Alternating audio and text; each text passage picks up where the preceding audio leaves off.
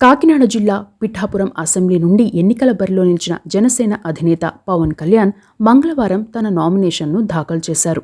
ఈ సందర్భంగా ఎన్నికల అఫిడవిట్ సమర్పించిన పవన్ కళ్యాణ్ అందులో తన ఆస్తిపాస్తుల గురించి ప్రస్తావించారు. గత 5 ఏళ్లలో తన ఆదాయం, అప్పులు, ఆయన చెల్లించిన పన్నుల వివరాలను పవన్ కళ్యాణ్ ఎన్నికల అఫిడవిట్లో పేర్కొన్నారు. నెల్లూరులోని సెయింట్ జోసెఫ్ ఇంగ్లీష్ మీడియం స్కూల్లో 10వ తరగతి పాస్ అయినట్లు, తనపై 8 క్రిమినల్ కేసులు ఉన్నట్లు తెలిపారు. ఇక ఆస్తుల విషయానికి వస్తే తన పేరు మీద, తన కుటుంబ సభ్యుల పేరు మీద 163 కోట్ల విలువైన ఆస్తులు ఉన్నట్లు పవన్ కళ్యాణ్ చెప్పారు. తన భార్య అన్న పేరు మీదున్న కోటి విలువైన ఆస్తితో పాటు తమకు 46 కోట్ల విలువైన చరాస్తులు ఉన్నట్లు చూపించారు. 14 కోట్ల విలువైన కార్లు, బైకులు పవన్ కళ్యాణ్ కున్నాయి. హార్లే డేవిడ్సన్, బెంజ్ మేబ్యాక్, 5.4 కోట్ల విలువైన రేంజ్ రోవర్ స్పోర్ట్స్ కార్, 2.3 కోట్ల విలువైన టయోటా ల్యాండ్ క్రూజర్ కార్లు అందులో ఉన్నాయి. తన కుటుంబానికి హైదరాబాద్లోని జన్వాడ, జూబ్లీహిల్స్, ఏపీలోని మంగళగిరిలో 118 కోట్ల స్థిరాస్తులున్నాయి. గత 5 ఆర్థిక సంవత్సరాల్లో సుమారుగా 114 కోట్లు సంపాదించారు. అందుకుగాను 47.07 కోట్ల పన్ను చెల్లించారు. అవి కాకుండా జీఎస్టీకి 26 కోట్లు చెల్లించారు. మొత్తంగా గత 5 ఏళ్లలో 73.92 కోట్లు వివిధ పన్నుల రూపంలో చెల్లించారు. ఇక అప్పుల విషయానికి వస్తే పవన్ కళ్యాణ్కి 64.26 కోట్ల అప్పులున్నాయి. బ్యాంకుల నుండి 17.56 కోట్ల రుణాలు తీసుకోగా, వ్యక్తుల నుండి 46 కోట్ల 70 లక్షల అప్పులు తీసుకున్నారు. తన వదిన, చిరంజీవి భార్య అయిన కొనిదెల సురేఖ వద్ద 2 కోట్ల అప్పు తీసుకున్నట్లు చూపారు.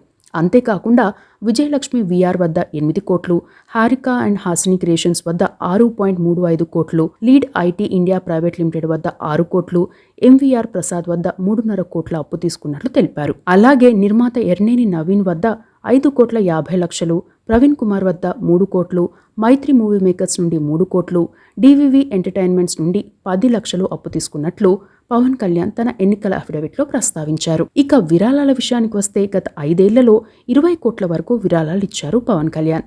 వివిధ సంస్థలకు, జనసేన పార్టీ చేపట్టే సేవా కార్యక్రమాలకు, పార్టీ కార్యక్రమాలకు ఈ విరాళాలు ఇచ్చినట్లు అఫిడవిట్లో పేర్కొన్నారు. ఇందులో జనసేన పార్టీకి 17.15 కోట్లు విరాళంగా అందించారు. జనసేన చేపట్టిన కౌలు రైతు భరోసా, క్రియాశీలక కార్యకర్తలకి ప్రమాద బీమా లాంటి కార్యక్రమాల కోసం ఈ విరాళాన్ని అందించారు. వివిధ సంస్థలకు 3.32 కోట్ల విరాళాలు అందజేసినట్లు పవన్ తన అఫిడవిట్లో పేర్కొన్నారు.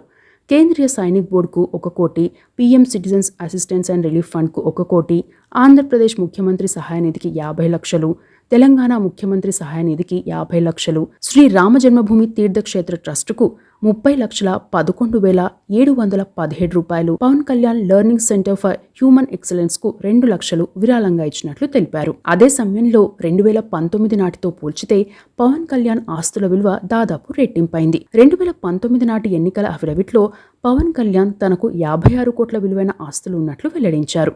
అయితే భూముల విలువ పెరగడం కూడా ఇప్పటి ఆస్తుల విలువలో పెరుగుదలకు కారణమైంది. కాగా గతంలో పార్టీ నిర్వహణ కోసం పవన్ కళ్యాణ్ దాదాపు 100 కోట్ల విలువైన ఆస్తులను అమ్మకానికి పెట్టినట్టు వార్తలు వచ్చాయి.